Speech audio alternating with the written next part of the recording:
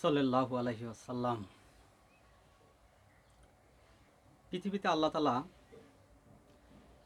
এমন এক জাতি পাঠাইছিলেন অতীতে, এরকম সুখী সমৃদ্ধশালী জাতি আর দুনিয়াতে পাঠাবেন না। যেমন আদ জাতি। এই আদ জাতি এমনই ছিল, 30-40 হাত লম্বা ছিল, 800-900 বছর তাদের হায়াত ছিল। তাদের শরীরের কোনো রোগ ব্যাধি হইতো না, তাদের মাথার চুল পাকতো না, চোখের জ্যোতি কমতো না, বৃদ্ধ হইতো না, শরীরের চামড়া ঘুচাইতো না। 800-900 বছর পর তারা মারা যেত। এই জাতি এত শক্তিশালী ছিল যে তাল গাছ, নারকেল গাছ এগুলো টান দিয়ে উপড়ে ফেলতে, এত শক্তিশালী ছিল। তারা ছিল অহংকারী, দাম্ভিক। আর আল্লাহ তাআলা অহংকারী দাম্ভিকতাকে পছন্দ করেন না। আর আল্লাহর সাথে নফরমানি করতে লাগলো। নফরমানির মাত্রা বেড়েই গেল। আল্লাহর অবাধ্য জাতি ছিল। আল্লাহ তাআলা হুদ আলাইহিস সালামকে পাঠাইলেন। আর হুদ আলাইহিস সালাম এসে তাদেরকে আল্লাহ তাআলার আযাব গজবের কথা বললেন, ভয় ভীতি দেখাইলেন। কিন্তু বেপরোয়া জাতি, এই আদ জাতি বলল, হুদ আলাইহিস সালামকে বলল, তোমার আল্লাহর যে আযাব গজবের কথা বলতেছো, সেই আযাব গজব দিতে বলো, দেখি তোমার আল্লাহ তাআলা কত পারে, কত শক্তি। তখন আল্লাহ তাআলা এই জাতির উপরে গজব পাঠাইলেন। সর্বপ্রথম আযাব, সর্বপ্রথম বৃষ্টিপাত বন্ধ করে দিলেন। জমিনে বৃষ্টিপাত হয় না, জমিন থেকে বৃষ্টিপাত বন্ধ করে দিলেন।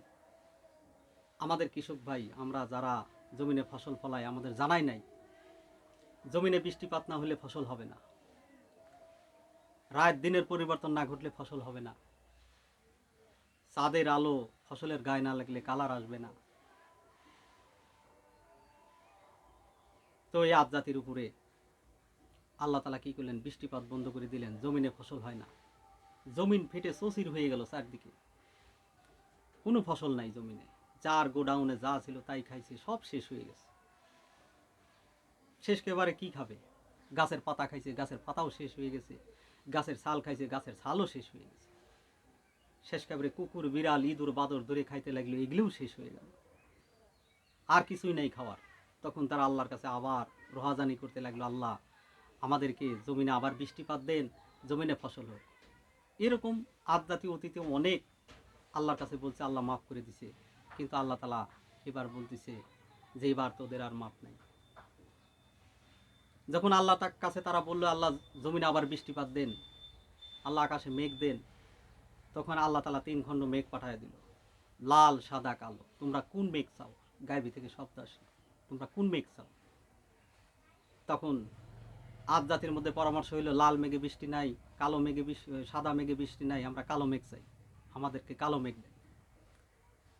তখন গায়েবীতে শব্দ আসলে, যাও মেঘ পৌঁছায় যাবে।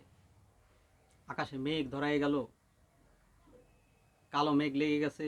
আর এই আদ জাতি আবার নাচ গান শুরু করে দিল যে আবার জমিনে বৃষ্টি হবে, জমিনে ফসল হবে, এই বলতে লাগলো। তখন আল্লাহ তাআলা বলল, আরে এটা তোদের জন্য মেঘ না, তোদের জন্য এটা গজব। তখন আল্লাহ তাআলা সর্বপ্রথম বিকট শব্দ আসলো আসমান থেকে, বিকট শব্দ আসলো। এক শব্দতে এইরকম এমনভাবে বিজলি চমকাইলো যে তাদের কানের তালা ফেটে গেল। বৃষ্টিপাত বইতে লাগলো, বৃষ্টিপাত শুরু হইতে লাগলো। আর বাতাসের বেগকে আল্লাহ তাআলা জারি করে দিলেন। বাতাস এত দ্রুত বেগে ছুটতে লাগলো যে তাল গাছের সমান, নারকেল গাছের সমান লম্বা মানুষগুলো একে অপরের সাথে টক্কর খেয়ে জমিনের উপরে আশ্রয় পড়ল। কিছু আদজাতি আগেই পাহাড়ের গুহার মধ্যে পালাইছে। আর আল্লাহ তাআলা বাতাসের বেগকে জারি করে দিলেন। বাতাস এত দ্রুত বেগে ছুটতে লাগলো যে গর্তের ভিতর গিয়েই বাতাস তাদেরকে টাইনে বের করে নিয়ে আসে। বাতাস এত দ্রুত বেগে ছুটতে লাগলো, বাতাসকে আল্লাহ তাআলা জারি করে দিলেন, বাতাসের বেগকে জারি করে দিলেন। বাতাস এত দ্রুত বেগে ছুটতে লাগলো যে গর্তের ভিতর যায় তাদেরকে টাইনে বের করে নিয়ে এসে আশ্রয় আশ্রয় জমিনের উপর থেকে তাদেরকে আল্লাহ তাআলা নিশ্চিহ্ন করে দিলেন। দুনিয়াতে এরকম জাতি আদ জাতি ছিল যে তারা সুখী সমৃদ্ধশালী জাতি ছিল, কিন্তু তাদের অপরাধ ছিল তারা দেব দেবীর পূজা করত, আল্লাহর সাথে নফরমানি করত। তারা অহংকারী দাম্ভিক ছিল, এই দাম্ভিকতার কারণেই আল্লাহ তাআলা দুনিয়া থেকে আজ জাতিকে আল্লাহ তাআলা ধ্বংস করে দিয়েছে। তো সম্মানিত সুধী, এখান থেকে আমাদের শিক্ষা যে আল্লাহ তাআলা যে নবী পাঠাইছে, আমাদের উপর যে কোরআন নাজিল হয়েছে, সেই জন্য এই আল্লাহর হুকুম মানা, নবীর তরিকায় চলা। আর আল্লাহর হুকুম নবীর সুন্নাহ অনুযায়ী যে জিন্দিগি বানাবে, আল্লাহ তাআলা তার দুনিয়ার জিন্দিগিও সুন্দর করে দিবে আর আখিরাতের জিন্দিগিও সুন্দর করে দিবে। সেই জন্য আল্লাহ তাআলা আমাদেরকে আল্লাহর হুকুম নবীর সুন্নাহ অনুযায়ী জিন্দিগি বানানোর তৌফিক দান করেন। আমিন। ওয়া আখিরু দাওয়ানা।